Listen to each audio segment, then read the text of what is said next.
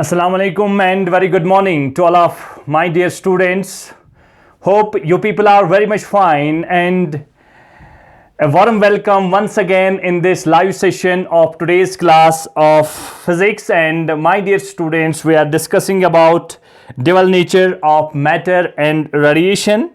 And in our previous class of discussion, we have discussed about work function. और work function की हम बात कर रहे थे और उसके बाद में मैंने आपको बताया था फोटो इलेक्ट्रिक इक्वेशन के बारे में, आइंस्टाइन्स फोटो इलेक्ट्रिक इक्वेशन के बारे में मैंने बोला था आपको। होप आप लोगों ने वो वाला लेक्चर बड़े अच्छे से देखा होगा और उसको आप लोगों ने बड़े अच्छे से कॉपी भी किया होगा। तो माय डियर स्टूडेंट्स, आज हम बात करेंगे एक दो और टॉपिक्स के साथ जो भी रिलेटेड है, हमारे प्रीवियस टॉपिक के साथ ही रिलेटेड है, वर्क फंक्शन के साथ ही रिलेटेड है। और आज हम बात करेंगे वर्क फंक्शन के बाद जो हमारा आज का टॉपिक है वो है threshold frequency and threshold wavelength. Very important topic है ये, threshold frequency and threshold wavelength. Let's have a look. Threshold frequency and threshold wavelength के ये जो आज हम डिस्कशन जो हमारा हो रहा है, threshold frequency and threshold wavelength, let's have a look. तो प्रीवियस क्लास में तो मैं आपको बताना चाहूंगा, आज हमारा जो एक इंपॉर्टेंट टॉपिक है threshold frequency and threshold wavelength. तो प्रीवियस क्लास की अगर बात की जाए, क्योंकि हमारे पास तो एक दिन का गैप लग जाता है बीच में, वो इसलिए गैप लग रहा है, आप लोग बोल रहे हैं एक दिन डिवल नेचर का क्लास है, एक दिन हमारे पास जो हमारे निसार साहब का क्लास है, वो इसलिए कि मोस्ट ऑफ द स्टूडेंट्स ने बोला था सर हमारा पैक उतना नहीं होता है, हमारा पैक ख़त्म हो जाता है, इतने लेक्चर हम नहीं देख पा रहे हैं। तो इसीलिए मैंने में ज़्यादा खुद ज़्यादा पन्ने से सब्जेक्ट रिस्पेक्ट, तो मैंने इसीलिए आपको बीच में गैप, एक दिन उसका क्लास चलेगा, एक दिन मेरा क्लास चलेगा। होप आप लोग फिर उसी क्लास को बहुत अच्छे से एंजॉय करेंगे और आप लोग उसको रिपीट भी कर सकते हैं। ज़्यादा आप लोगों पर हम बोझ नहीं बनना चाहते हैं, ठीक है। तो जो हमारे पास प्रीवियस क्लास, जो हमने प्रीवियस क्लास में देखा है, basically Einstein's photo electric equation, Einstein's photo electric equation, उसी से हम स्टार्ट करते हैं। फोटो इलेक्ट्रिक इक्वेशन थोड़ा मैं आपको उसके बारे में थोड़ा सा 1-2 मिनट का रिवीजन कराता हूं कि बेसिकली हमने वहां पर क्या देखा था, वर्क फंक्शन के केस में हमने क्या क्या चीज़ें निकाली थी, क्या क्या चीज़ें हमने डिस्कस की थी। वही फिर से मैं एक मेटल का सरफेस, एक मेटल लेता हूं, ये एक मेटल है मेरे पास, और इस मेटल में मैंने बोला था फ्री इलेक्ट्रॉन्स होते हैं, ठीक है। और ये फ्री इलेक्ट्रॉन्स डिस्ट्रीब्यूट हो जाएंगे यहाँ पर ऐसे करके, ये फ्री इलेक्ट्रॉन्स होते हैं जो मैंने आपको दिखाया था। अब ध्यान से देखिए, मैं यहाँ बीच में एक इलेक्ट्रॉन को लेता हूँ, ये वाला बीच वाला इलेक्ट्रॉन, ऐसे एक इलेक्ट्रॉन है जो बिल्कुल इस मेटल सरफेस के बीच में है, ठीक है। तो जब इस पर हम एनर्जी डालेंगे, कुछ फोटान आएंगे, वो फोटान की एनर्जी, तो मान लो यहाँ से कुछ फोटान्स आते हैं, उन फोटान्स के पास जो एनर्जी होगी वो मैंने बोला था वो होती है E=hf। ये फ्रीक्वेंसी वाले इलेक्ट्रॉन फोटान होते हैं जो इस मेटल सरफेस से टकराएंगे। मान लो किसी फोटान की एनर्जी ऐसे करके आ गई और वो यहाँ से इसके साथ टकराया, ठीक है। ऐसे करके ये E=hν, ऐसे करके फोटान्स आते हैं और ये इलेक्ट्रॉन्स जो हैं ये ऐसे फिर बाहर निकलेंगे ऐसे। अब ये जो बाहर निकलना, ये किस पर डिपेंड करेगा? ये डिपेंड करेगा आपके वर्क फंक्शन कितनी है, उसको सरफेस से बाहर निकलने में कितनी एनर्जी लगेगी, जिसको हमने लास्ट टाइम वर्क फंक्शन का नाम दिया था। तो अब ध्यान से देखिए, इस इलेक्ट्रॉन, ये इलेक्ट्रॉन है कहाँ पर? ये इलेक्ट्रॉन तो इस मेटल के बीच में है। तो मान लो इस मेटल को पहले अगर इसने इस फोटान की एनर्जी ले ली, इसको पहले यहां से यहां आना पड़ेगा। मान लो ये W इसका यहां से यहां इसको वर्क करना पड़ेगा, पहले इसको सरफेस तक आना है, कुछ एनर्जी खर्च हो जाएगी इसको सरफेस तक आने में, और सरफेस के बाद में सरफेस से बाहर निकलने के लिए इसको φ0 work function to eject out from the surface of the metal, work function की एनर्जी चाहिए। अब ध्यान से देखिए, उसके बाद में पहले, अब ध्यान से देखिए, ये जो हमने इसको energy E is equal to H F दे दी, ये जो हमने इसको energy E is equal to H F दे दी, तो ये एनर्जी इसने किस किस में यूटिलाइज किया, क्या क्या काम किया इसने? सम एनर्जी से W, ये जो मैंने यहां पर W दिखाया, सम एनर्जी से W इज यूज्ड, इसने यूज किया, is used in shifting this electron from here to the surface of the metal. यानी W जो है, W इसको लगा शिफ्ट होने में, शिफ्ट होने में, कहां से कहां शिफ्ट होने में, यहां से यहां पहले शिफ्ट होने में इसको इतनी एनर्जी लगी, और फिर बाहर निकलने में इसको एनर्जी लगी फाई नॉट, जिसको आप वर्क फंक्शन निकल फाई नॉट इसको लगा बाहर आउट होने में, from interior to surface of the metal, ये वाला शिफ्ट होने में। अगर इसको मैं यहां पर लिखूंगा शिफ्ट फ्रॉम इंटीरियर, इंटीरियर क्योंकि ये बीच में था, interior to the surface of the metal, to the surface of the metal, ये इसको एक वर्क लगा यहां। और उसके बाद में सम एनर्जी से W नॉट, भी कुछ बुक्स लिखते हैं लेकिन हम वर्क फंक्शन लिखेंगे phi not, some energy phi not is used for making the surface of the electron free. तो यहां पर phi not is used for making the surface electron, making the surface electron free. और यही चीज मैंने, यही electron, पहले इस इलेक्ट्रॉन को यहां से यहां आना है, कुछ एनर्जी इसको लगेगी, कुछ वर्क इसको करना पड़ेगा, यूटिलाइज हो जाएगी, उसके बाद में बाहर निकलना है, जो वर्क फंक्शन हमने बोला था, बाहर निकलने के लिए, इजेक्ट आउट के लिए इसको कुछ एनर्जी लगेगी, और अगर फिर भी कुछ बची वो निकल जाएगी, वो ये यूज करेगा in the form of kinetic energy. यही चीज हमने प्रीवियस क्लास में सीखी है।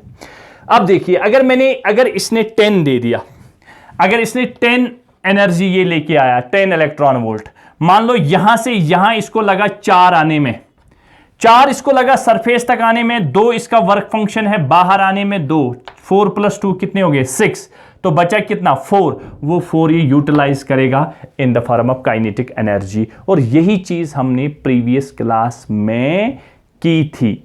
तो इसका मतलब है जो एनर्जी आपने दी, जो एनर्जी फोटान के पास है, वो फोटान वाली एनर्जी जो है वो किस किस के काम में आ गया? वो एनर्जी आ गई काम में, एक तो W जो यहां से यहां लगा, इसको W प्लस इसका वर्क फंक्शन, ठीक है, और प्लस अगर कुछ बचा वो इसको काइनेटिक एनर्जी में यूटिलाइज करेगा, वो इसको काइनेटिक एनर्जी में यूटिलाइज करेगा। तो इसने 3 काम किए। अगर आपने इसको एनर्जी दे दी, वो एनर्जी इसने यूटिलाइज की, वर्क इसने यहां से यहां आने में W, उसके बाद में बाहर निकलने के लिए फाई नॉट, और अगर कुछ बची कुची है वो इसको लगा बाहर निकलने में, और वो ये यूज करेगा in the form of kinetic energy. अगर मान लो ये इलेक्ट्रॉन यहां पर नहीं होता, ये बिल्कुल सरफेस के पास होता, अगर ये सरफेस के पास होता तो इसका मतलब W इसको 0 था, यहां से यहां आने में इसको कोई एनर्जी नहीं लगती, यहां से सरफेस तक आने में कोई एनर्जी नहीं लगती, तो इसका मतलब सरफेस वाले इलेक्ट्रॉन के पास तो ये एनर्जी आएगी नहीं, क्योंकि ये एनर्जी तो इसको लगेगी नहीं, क्योंकि वो ऑलरेडी सरफेस पर है। ये बीच वाले की बात हो रही है, बीच वाले को पहले यहां तक एनर्जी चाहिए, और अगर कोई सरफेस पर होगा उसको तो कोई एनर्जी नहीं ले, उसको खाली वर्क फंक्शन लगेगा बाहर आने के लिए। तो यहां जो ये एनर्जी है, ये surface for the electron at surface, ये सरफेस की बात कर रहा हूं मैं, for the electron at surface, जो सरफेस वाला इलेक्ट्रॉन होगा उसका W इज इक्वल टू 0 होगा। तो ये इक्वेशन बनेगी E is equal to phi not plus kinetic energy, और मैंने बोला था उसी के पास काइनेटिक एनर्जी मैक्सिमम उस वाले इलेक्ट्रॉन की जो बिल्कुल यहां पर होगा, कोई कोल्यूजन नहीं होगा, उसके पास मैक्सिमम काइनेटिक एनर्जी होगी, और इसी का नाम हमने दिया था Einstein's photo electric equation. This is very important equation, इसीलिए प्योर मैं बे रिपीट करूँ, इसलिए मुझे ये रिपीट करना पड़ा। तो ये वाली जो एनर्जी है फाई नॉट, एक तो वर्क फंक्शन में लगेगा और दूसरा काइनेटिक एनर्जी जो इसके बाद में यहां से निकलने के बाद में यूटिलाइज करेगा काइनेटिक एनर्जी में ही दौड़ेगा, तो वो इसकी काइनेटिक एनर्जी हो जाएगी। ये तो हमने प्रीवियस क्लास में देखा था। अब ये जो एपिसोड है इससे आगे वाला एपिसोड ध्यान से देखिए, क्योंकि दो इंपॉर्टेंट टर्म्स हमें डिस्कस करनी है। ठीक है, चलिए इसको मैं रब करता हूं, अगर नोट करना है तो आप कर सकते हैं, और इसी को हम बोलते हैं photo electric equation.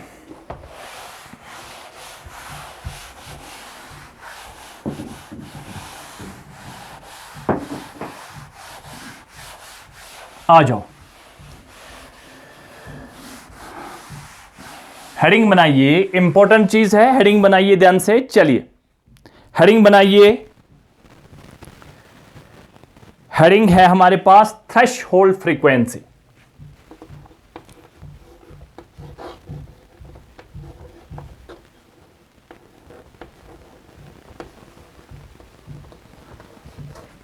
Threshold frequency,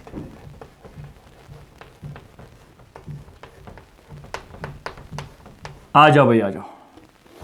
threshold frequency important है एग्जामिनेशन पॉइंट के लिए, कॉम्पिटिटिव कॉर्नर के लिए इंपॉर्टेंट है। थ्रेशहोल्ड फ्रीक्वेंसी क्या होती है ये ध्यान से देखिए आप। मैंने बोला था कि जो फोटान हम किसी मेटल सरफेस पर गिराते हैं, ये अभी का जो मैंने सिनारियो आपको दिखाया था, ये सिनारियो आप ध्यान से देखिए। इस इलेक्ट्रॉन को यहां बाहर निकलना है।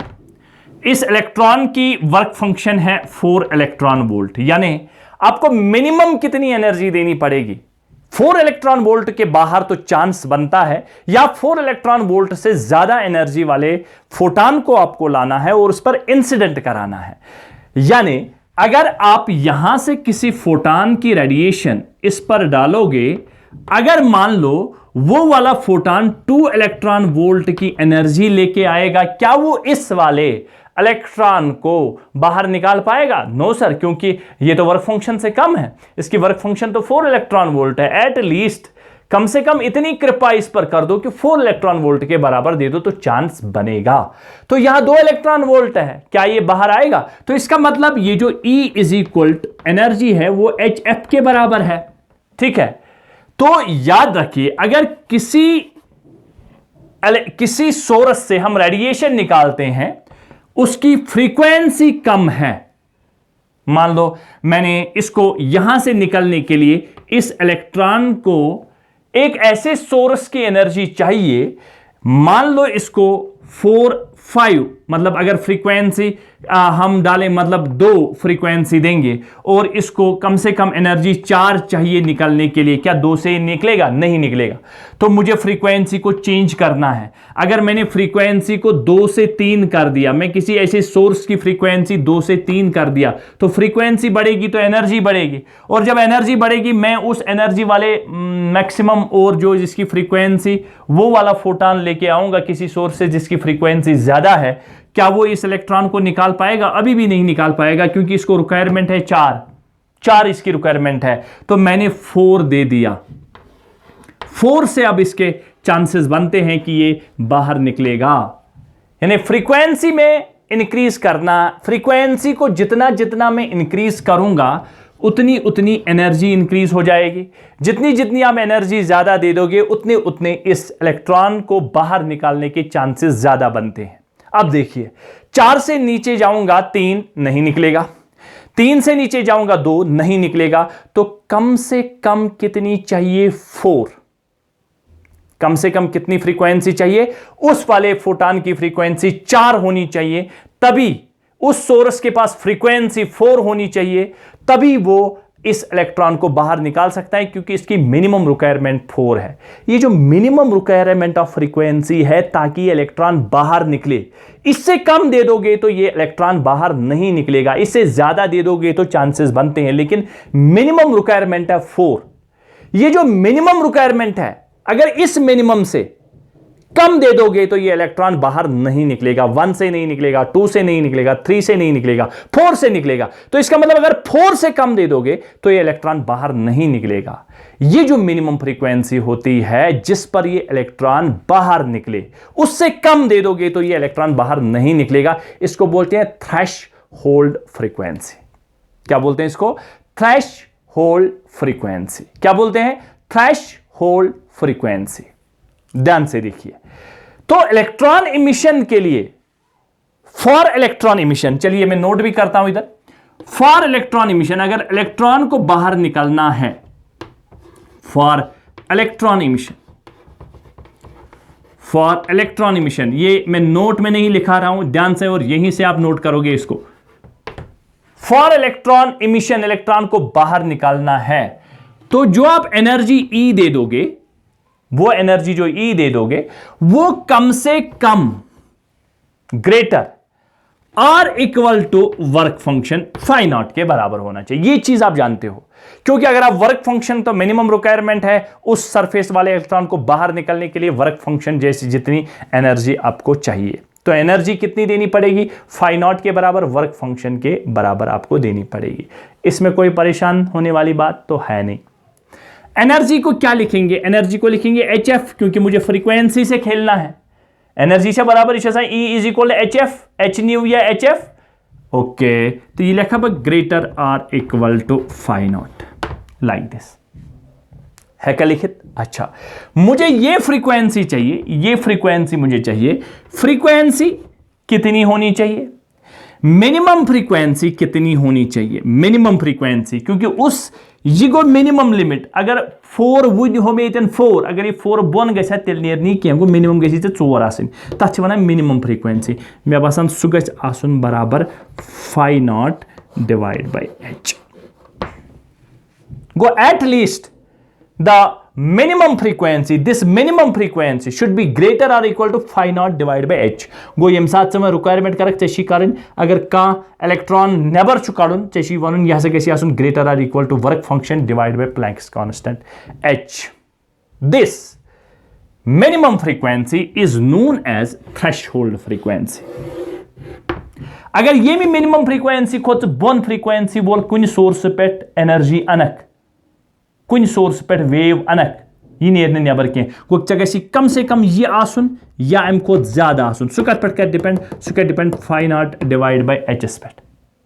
This F minimum is known as threshold frequency। this minimum frequency, this minimum frequency, this minimum frequency, this minimum frequency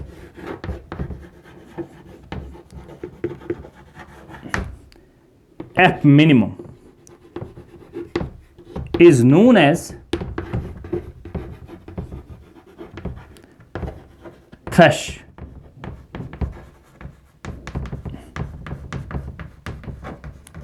threshold frequency।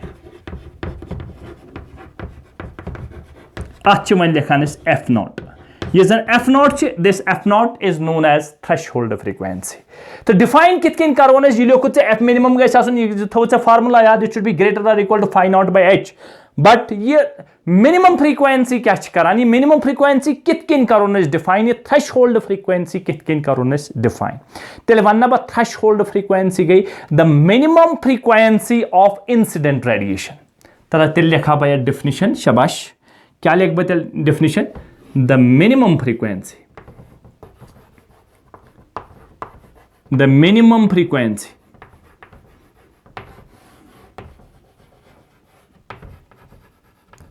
of incident radiation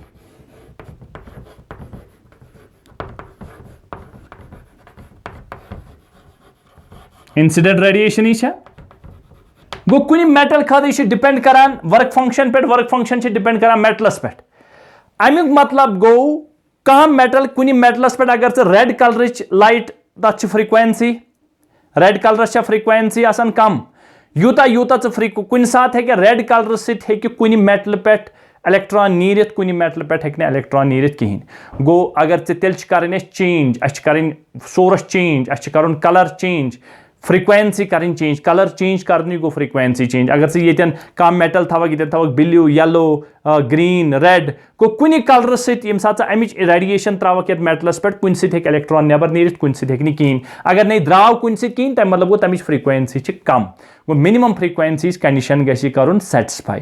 वो क्या वो मे तेल the minimum frequency of incident radiation required to eject the electron, required radiation required to eject the electron,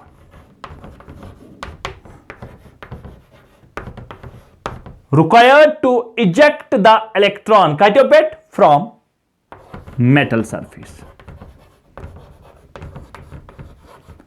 from metal surface।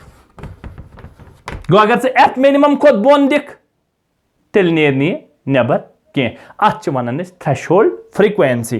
तो ये threshold frequency yes जन अमिच energy आसान सह गई greater or equal to phi not work function यह तुम पाई यह कत बराबर गि आसन। This F minimum is equal to F not one में F not is represented by it is ये जो थ्रेशोल्ड फ्रीक्वेंसी है that is designated by F not one threshold frequency.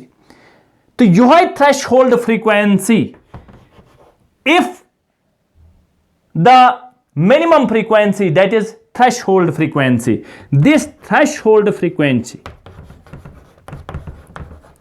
This threshold frequency can cause photoelectric effect।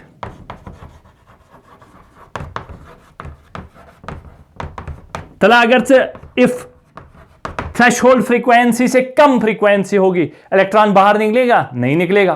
तो इसका मतलब है यही threshold frequency मजबूर करती है, यही हमें फोटो इलेक्ट्रिक इफेक्ट करवाती है, अदरवाइज फोटो इलेक्ट्रिक इफेक्ट नहीं होगा। ठीक है, तो यहां से और एक बात भी समझिए। तो यहां फाई नॉट किसके बराबर होगा, कुछ फार्मूलाज हैं जो आपको याद करनी पड़ेगी। इधर आइए, एफ मिनिमम किसके बराबर है, ग्रेटर और equal phi not by H. मैं उन गणित अमिक नोट है ना दिख के ये नहीं है बोर्ड में, तो ये चीजें आपको खुद करनी पड़ेगी। जो बड़ा बड़ा सवाल है उसका नोट है, जो डेफिनेशन वहां आएगी थ्रेशोल्ड फ्रीक्वेंसी की डेफिनेशन हम बना के देंगे। ठीक है, तो यहां पर फाई नॉट किसके बराबर होगा, phi not greater or equal to that is F not H. यही है एफ नॉट एच, या ज्यादा बेहतर रहेगा एच एफ नॉट। ये थे जो याद, क्योंकि न्यूमेरिकल में इसको मैं इस्तेमाल करने वाला हूं। तो इसका मतलब ये है कि जो वर्क फंक्शन है वो एच एफ नॉट के बराबर है, और जो मिनिमम फ्रीक्वेंसी है जिसको आप थ्रेशोल्ड फ्रीक्वेंसी बोलते हो, वो threshold frequency greater or equal to phi not by H. तो क्या याद कर लिया हमने, अब शॉर्टकट में बोलिए। थ्रेशोल्ड फ्रीक्वेंसी एक ऐसे सोर्स, यहां पर हम सोर्स बनाएंगे, एक रेड सोर्स है, एक ब्लू सोर्स है, एक येलो सोर्स है, उससे वेव्स आ जाएंगी, उन वेव्स के पास कुछ फ्रीक्वेंसीज होगी। एक ऐसी फ्रीक्वेंसी जो इसको बाहर नहीं निकालेगा तो वो मिनिमम थ्रेशोल्ड फ्रीक्वेंसी से कम होगी। एक कोई फ्रीक्वेंसी जो बाहर निकालेगा वो थ्रेशोल्ड फ्रीक्वेंसी से बराबर या उससे ज्यादा होगी।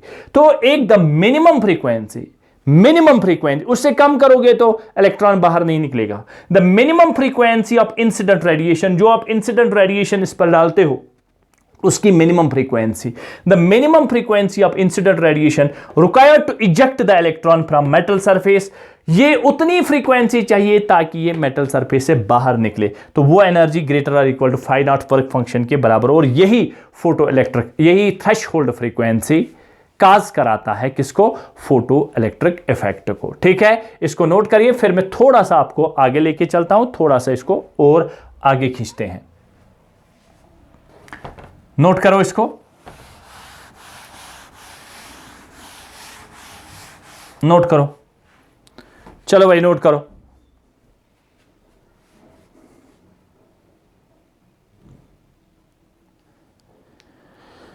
नोट करो, नोट करो।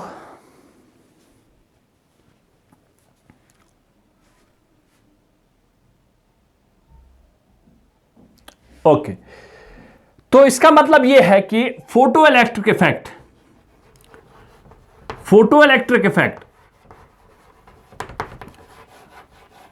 effect is possible only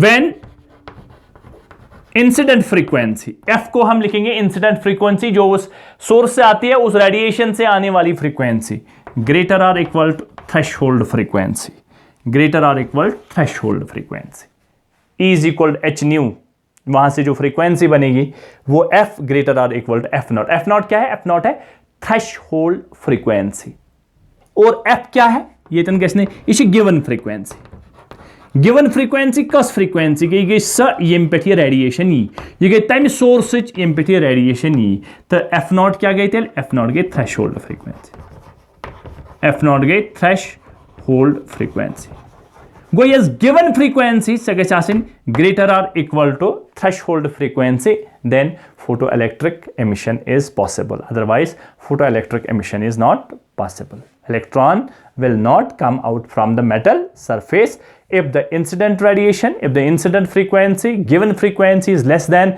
threshold frequency. एक मिनिमम फ्रीक्वेंसी जो एक इलेक्ट्रॉन को बाहर निकलने के लिए चाहिए उसको बोलते हैं थ्रेश। उस थ्रेश से नीचे जाओगे तो इलेक्ट्रॉन बाहर आने वाला नहीं है, तो मिनिमम उस थ्रेश के बराबर आपको फ्रीक्वेंसी देनी पड़ेगी वो, क्योंकि frequency is equal to H nu is equal to H F, frequency ही पे तो एनर्जी डिपेंड करती है। एक मिनिमम फ्रीक्वेंसी तो होनी चाहिए जिसके पास उतनी एनर्जी होगी ताकि वो इस इलेक्ट्रॉन को बाहर निकालेगी सरफेस ऑफ द मेटल से, और उसको बोलते हैं थ्रेशोल्ड फ्रीक्वेंसी। अब ध्यान से देखिए, थोड़ा आगे चलते हैं, ठीक है? अब ध्यान से देखिए। अच्छा एक चीज बोलो, ये जानते हो आप? वी नो, क्या जानते हैं हम? हमें पता है जो काइनेटिक एनर्जी मैक्सिमम था, जो मैंने इक्वेशन बनाई थी, काइनेटिक एनर्जी मैक्सिमम के लिए मैंने इक्वेशन बनाई थी, वो बराबर अभी बताई E minus phi naught. Previous lecture में मैंने ये चीज आपको बताई थी कि ये इसके बराबर होती है। कहां से आई ये? मैंने बोला था जो आप एनर्जी देते हो वो तीन चीजों में यूटिलाइज होती है। अगर इलेक्ट्रॉन बीच में होगा तो यहां से यहां, लेकिन अब हम इसकी बात नहीं करेंगे, हम सरफेस वाले इलेक्ट्रॉन की बात करेंगे। वो तो इसको एक वर्क फंक्शन में लेगा फाई नॉट, और जो बची कुची होगी वो काइनेटिक एनर्जी के पास मैक्सिमम होगी, और maximum kinetic energy E minus phi naught, E minus phi naught. आप बुजुर्गों को याद दिलाना पड़ता है कहां पर थे कि रात गई बात गई, कहां याद होगा आप लोगों ने? अब तो मस्त रहो, अपनी ही दुनिया में मगन रहो। तो इसको आवले पेटे गोड़ मगनी E is equal phi not plus kinetic energy maximum. Clear छा? E is equal phi not plus kinetic energy maximum, और यहां kinetic energy maximum E minus phi not के बराबर होगी। मेरे ख्याल से यहां तो कोई परेशानी नहीं होगी। अब देखो आगे, थोड़ा आगे चलते हैं इसको। अगर मैं यहां से लिखूं इसको kinetic energy maximum is equal, energy है कब लिखित एच एफ, ये वोत में हरी सिंह ने वक्त पे वनान E is equal H F, E is equal H F minus phi naught थोन फाई नॉट ही परवाय कह नत अत ब्या चीज हेक बह लिखित एच एफ नॉट। ठीक है, क्योंकि यहां पर कहा गया फाई नॉट, ये फाई नॉट है और इसको एच एफ नॉट, ये फाई नॉट किसके बराबर है? H F naught equal to or greater than phi naught को क्या लिख सकते हैं? H F naught. तो यहां क्या लिखेंगे इसको? K max is equal to H F minus H F naught. ये लो जी भैया, तैयार हो गया। K max is equal H F minus H F not. ठीक है, ये इक्वेशन आपको काइनेटिक एनर्जी के बारे में याद रखनी होगी। ठीक है, और इस काइनेटिक एनर्जी मैक्सिमम की फार्मूला बन सकती है, H को कॉमन निकालो F माइनस एफ नॉट, इस तरह भी आप इसको लिख सकते हो, H F minus F not. इसको नोट करिए, ये कुछ फार्मूला है जो आपको याद रखनी पड़ेगी। ठीक है, और ये वाली चीज kinetic energy maximum, this is Planck's constant, this is threshold frequency, this is incident frequency, आने वाली फ्रीक्वेंसी जो है, इसको नोट करिए। फिर मैं थोड़ा सा इसका ग्राफ बना के देता हूं। चलो आ जाओ, हो गया?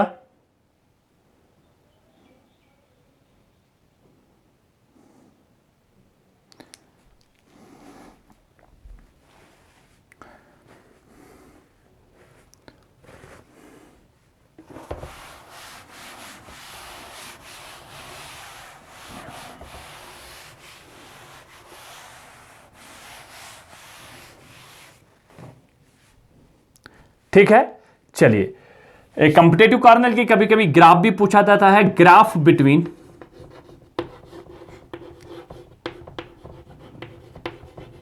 किस किस के दरमियान ये बनाएंगे, graph between kinetic energy and threshold frequency, kinetic energy and threshold frequency.